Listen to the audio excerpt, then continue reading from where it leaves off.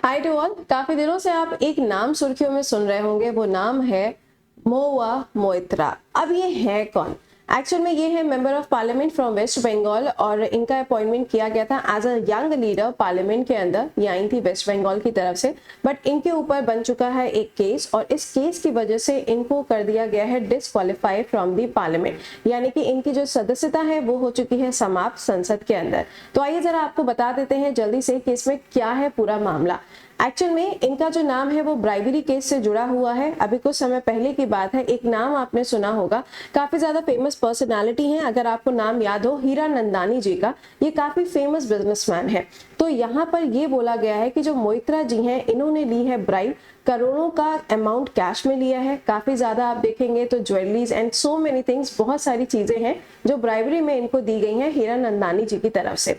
इतना ही नहीं, यहाँ पर यह भी बोला गया है कि जैसे कि मान लीजिए कोई भी मेंबर ऑफ पार्लियामेंट है, उसके पास में राइट होता है कि वो अपने सवाल को संसद के अंदर पूछ सकता है। उसके लिए उनको login ID and password provide किया जाता है। तो इनका login ID and password Moitra ji का इन्होंने उसको शेयर किया था हीरानंदानी जी के साथ में, और मोइत्रा जी के नाम पे हीरानंदानी जी ने अपनी तरफ से जो सवाल थे उनको रखा किसके सामने?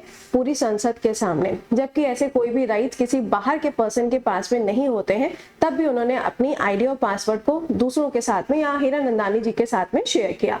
जब ये बात सामने आई तो यहाँ पे ये भी पता चला कि हीरानंदानी जी जो कि एक बिजनेसमैन है, उन्होंने जो सवाल जवाब किए थे वो सारे के सारे जुड़े हुए थे अदानी ग्रुप के साथ में। यानी कि यहाँ पे जो कंपटीशन था वो बिजनेसमैन का कंपटीशन था और अदानी ग्रुप को नीचा दिखाने के चक्कर में यहाँ पे हीरानंदानी जी ने ऐसा किया था।